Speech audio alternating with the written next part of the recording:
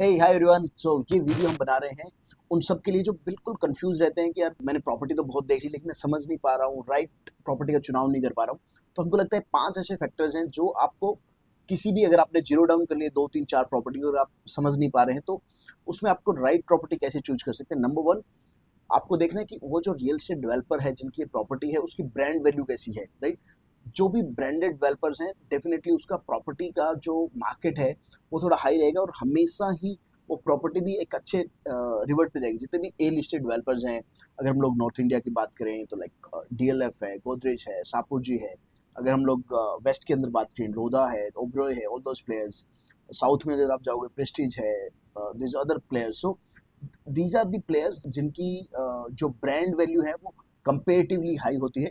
तो आपको अगर टाइप ए और टाइप बी के अंदर आप कंपेयर करेंगे तो आपके पास एक एज होती है कि जहाँ पे आप देख पाते हो कि ये मेरा पहला टिक मार्क है कि नहीं है। उसके बाद हम आते हैं नंबर 2 पॉइंट्स पे। नंबर 2 पॉइंट इज कि उस पर सारे अप्रूवल्स है कि नहीं। अगर वो प्रॉपर्टी बन के तैयार है तो उसका कंप्लीशन सर्टिफिकेट्स ओसी सीसी आ चुका है कि नहीं आ चुका है।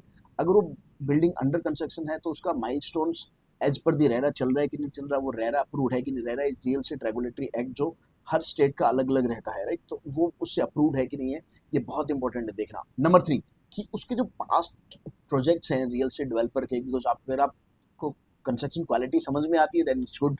अगर आपको नहीं आ रही है तो बहुत चांसेस है कि आपको पास्ट डिलीवरीज देखनी चाहिए कि उसकी प्रोजेक्ट्स हैं वो कैसे डिलीवर हुए और उसकी आज कंस्ट्रक्शन की कंडीशंस कैसी है।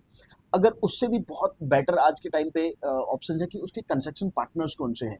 अगर आप आज के अच्छे प्लेयर्स को देखो, उनके कंस्ट्रक्शन पार्टनर बहुत हाई एंड कंस्ट्रक्शन कॉन्ट्रैक्टर्स होते हैं जो कि क्वालिटी को मेजर करते हैं, हर एक उनके पैरामीटर्स होते हैं। तो ये बहुत इंपॉर्टेंट है देखना। नंबर 4, उसकी रेंटल और रीसेल की डिमांड्स क्या है, उसके आसपास रेंटल क्या चल रहा है उस पर्टिकुलर प्रॉपर्टी का, जिससे आप मैनेज कर पाते हो कि आने वाले टाइम में उसका रेंटल क्या होगा।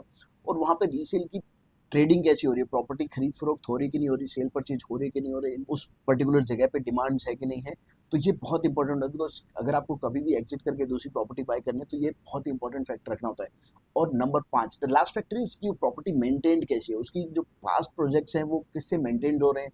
बिकॉज जो भी प्रोफेशनल मेंटेनेंस एजेंसीज हैं जैसे कॉलियर्स है, जेएलएल है, सीबीआर है, दीज आर दी प्लेयर्स जो हर एक चीज़ का ध्यान रखते हैं मेंटेनेंस करते टाइम।